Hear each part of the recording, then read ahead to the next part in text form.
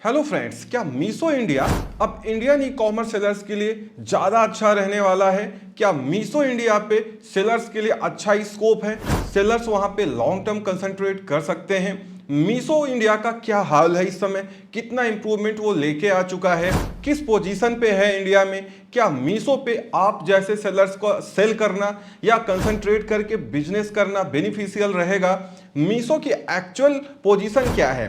Meesho sellers के नजरिए से कितना अच्छा परफॉर्म कर रहा है या कस्टमर्स के पॉइंट ऑफ व्यू से कैसा परफॉर्म कर रहा है? ऐसे बहुत सारे कमेंट्स आपके आते रहते हैं। इस वीडियो में हम डिटेल में कवर कर रहे हैं कि क्या आज की डेट में मीशो इंडिया आप जैसे सेलर्स के लिए एक अच्छा प्लेटफॉर्म रहने वाला है या नहीं रहने वाला है। तो चलिए आगे बढ़ते हैं। चैनल पे नए हैं तो सब्सक्राइब जरूर कर लीजिए, वीडियो को लाइक एंड शेयर जरूर करिएगा। मैं आपको बता दूं, मीशो इंडिया पहले तो काफी दिन तक अंडररेटेड रहा है इंडिया में। मीशो ने धीरे धीरे धीरे अपने आप को ग्रो करना स्टार्ट किया। जब भी मीशो ने कोई बड़ा अपडेट लॉन्च किया है, मैंने जरूर वीडियो बना के आपको बताया है कि मीशो अब ये करने जा रहा है। आपने देखा होगा पिछले 3 सालों में मीशो ने हर एक वो काम किया है जो एक अच्छे ई कॉमर्स मार्केट प्लेसेस को करने चाहिए थे। और अगर ऐसा नहीं होता तो अमेजॉन इंडिया, फ्लिपकार्ट जैसे बड़े e commerce market places Meesho की ग्रोथ को इनकाउंटर करने के लिए या काउंटर करने के लिए अपना अलग मार्केट प्लेस या अलग ऐप नहीं लॉन्च करते। आपको जान के हैरानी होगी कि मीशो ने इंडिया में इस तरीके की ग्रोथ की है कि किसी को भरोसा ही नहीं था, चाहे वो सेलर्स हो या चाहे उनके बाकी कंपटीटर्स हो, बाकी ई कॉमर्स मार्केट प्लेसेस हो। मीशो ने बहुत साइलेंटली काम किया है। हाँ, ये बात जरूर है, हर एक ई कॉमर्स मार्केट प्लेस के कुछ एडवांटेजेस होते हैं तो कुछ डिसएडवांटेज होते हैं, वो मीशो में भी है। लेकिन अगर आज की डेट में आप मीशो को सारे ई कॉमर्स मार्केट प्लेसेस से कंपेयर करने बैठ जाएंगे, सारी टर्म्स एंड कंडीशन देखेंगे तो रिजल्ट कुछ और ही निकल के आने वाला है। आपने देखा होगा कि मीशो टारगेट करता है बिलो टीयर 3 कस्टमर्स को। मतलब मीशो का जो कस्टमर बेस है वो टीयर 3 शहर के जो लोग हैं, उससे नीचे गांव में रूरल एरियाज के जो लोग हैं वहां के हैं। तो जाहिर सी बात है, अगर मीशो चीप कस्टमर को टारगेट कर रहा है तो आपको यह भी तो जान के हैरानी होनी चाहिए कि इंडिया में जो पैसे वाले लोग हैं, जो मीडियम या अपर मीडियम क्लास के लोग हैं, उन सबको मिला दीजिए तो ओनली 28 to 30% ही लोग हैं। 70% लोग आज की डेट में भी इंडिया में गरीब कहलाते हैं, उनका पर कैपिटा इनकम बहुत कम है। तो जब ऐसे लोग या उनके बच्चे ऑनलाइन शॉपिंग करने जाते हैं तो वो अनब्रांडेड जेनेरिक प्रोडक्ट खरीदते हैं कम से कम पैसे में कि उनका काम निकल जाए। उनको बहुत बड़ा स्टारडम नहीं चाहिए, उनको बहुत बड़ा ऐसा प्रोडक्ट नहीं चाहिए कि यार ये इस कंपनी का है तो हमको लेना चाहिए, क्योंकि एक्चुअल में उनको कंपनी का सी नहीं मालूम होता है। तो जाहिर सी बात है वो अपना काम चलाते हैं कि उनको अगर किचन के लिए चॉपर चाहिए तो ब्रांड नहीं देखते, सिंपली एक चॉपर खरीद लेते हैं। अब होता यह है कि मीशो चूंकि इसी कस्टमर बेस को टारगेट हमेशा से करता रहा है।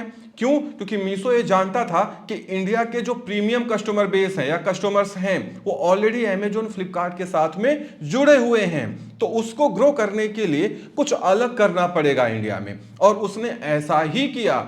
तो चूंकि इंडिया में 70% लोग गरीब हैं या बिलो पॉवर्टी लेवल हैं, तो उनको टारगेट किया। तो मीशो पे इतने सारे मिलियंस ऐप डाउनलोड, इतना ट्रैफिक आया, जो ऑलरेडी मैं आपको बहुत सारे वीडियोस में एक्सप्लेन कर चुका हूं लाइव प्रूफ के साथ में, कि किसी ने सोचा भी नहीं था। कुछ समय तक बाकी कॉमर्स मार्केट प्लेसेस को ये लगता रहा कि चलो ये तो कुछ दिन की चांदनी है, फ्लॉप हो जाएगा। लेकिन जब वो फ्लॉप नहीं हुआ और कॉन्टिन्यूअस रिकॉर्ड पे रिकॉर्ड ब्रेक करता रहा, तो फिर फ्लिपकार्ट ने उसको काउंटर करने के लिए शॉप्सी लॉन्च कर दिया, अमेजॉन ने उसको काउंटर करने के लिए ग्लो रोड को ऑक्युपाई कर लिया। लेकिन ग्लो रोड वो काम नहीं कर पाया जिसके लिए अमेजॉन ने शायद उसको ऑक्युपाई किया था, या जो सोच के अमेजॉन ने उसको ऑक्युपाई किया था। और अल्टीमेटली हाल फिलहाल में आपने ये देखा, अमेजॉन ने अपना एक वर्टिकल ही लॉन्च कर दिया, अमेजॉन बाजार, जहां पे सेम वही प्रोडक्ट बेचे जा रहे हैं जो मीशो पे बिकते हैं, और कॉन्सेप्ट और लॉजिक सेम है, 0% कमीशन एंड 0 फी जो मीशो पे है। क्योंकि आपको तो ये मालूम ही है, मीशो शुरुआत से अपने सेलर से कोई कमीशन नहीं लेता, कोई फिक्स फी नहीं लेता, अनटिल आप मीशो प्रीमियम में ना जा रहे हो।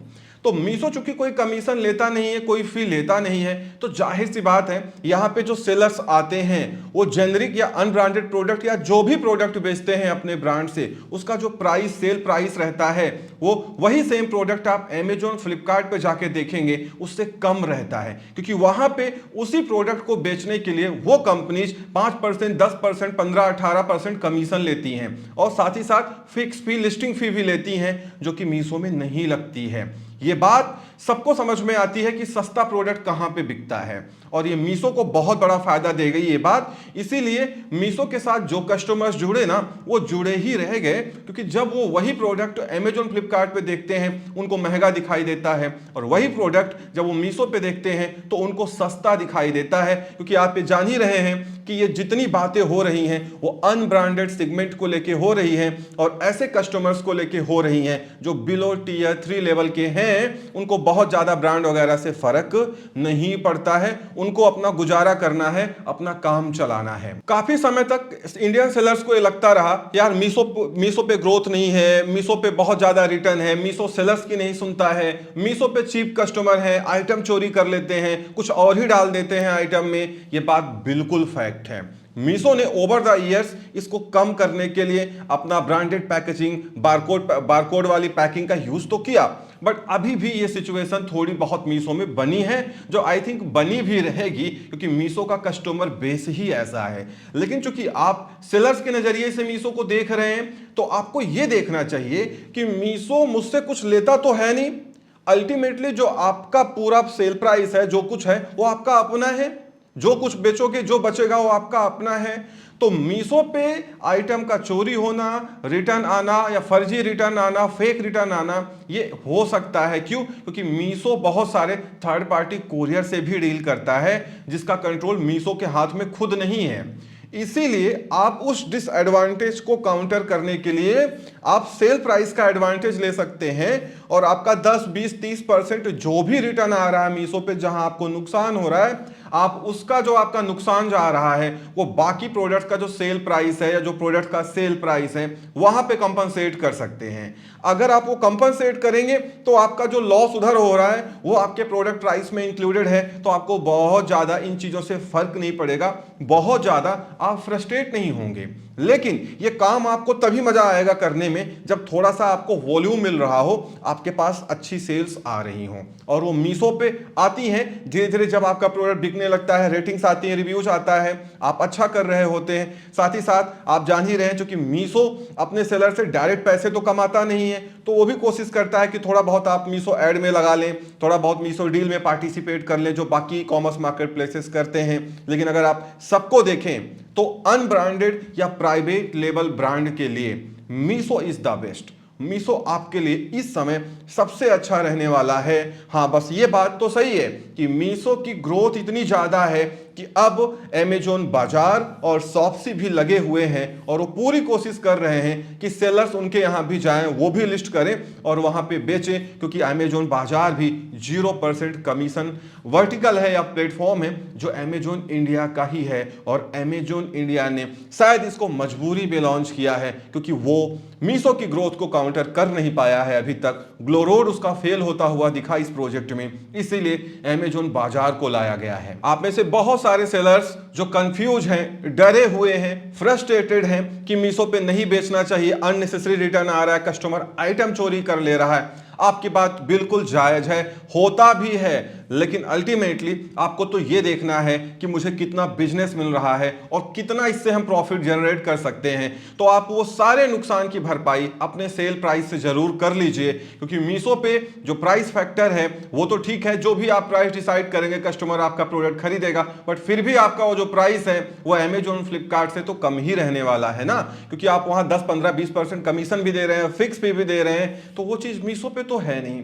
जाहिर सी बात है मीशो थोड़ा चीप लेवल कस्टमर को टारगेट करता है, तो कई बार कुछ चीप एक्टिविटी हो सकती है आपके साथ में, उससे आपको फ्रस्ट्रेट नहीं होना है। आपको उसका तोड़ निकालना है।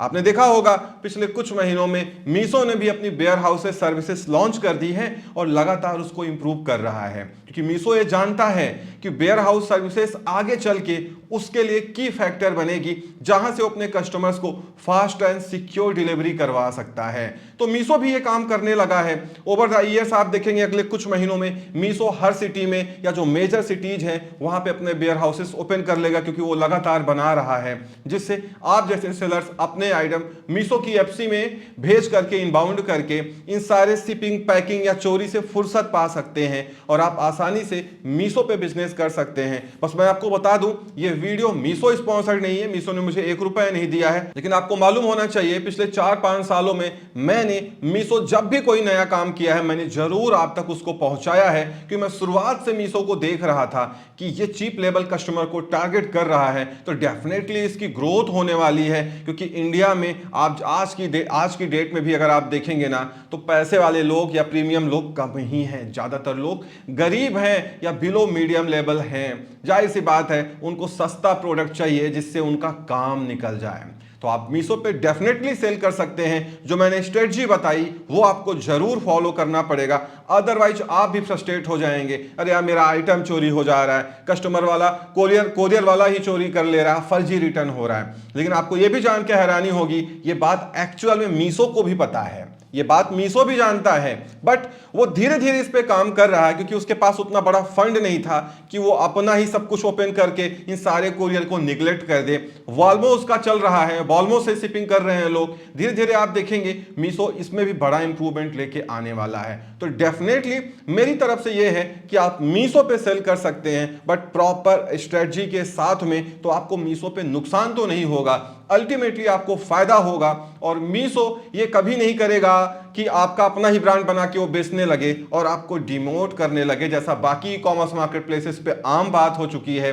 मीशो अभी ग्रो कर रहा है और मीशो अभी ऐसा कोई कदम नहीं उठाएगा कि वो आपके प्रोडक्ट को कॉपी करके खुद ही लिस्ट करके या किसी दूसरे सेलर से लिस्ट करवा के सेटिंग करके खुद ही बेचने लगे और आपकी लिस्टिंग को हैम्पर करने लगे। ये काम मीशो में नहीं होता है। यहाँ पे आपको ऑर्गेनिक सर्च से रिजल्ट मिलता है और आपको ऑर्गेनिक ग्रोथ मिलती है। तो इस वीडियो में इतना ही। उम्मीद करता हूं वीडियो पसंद आई होगी। Thank you so much for watching.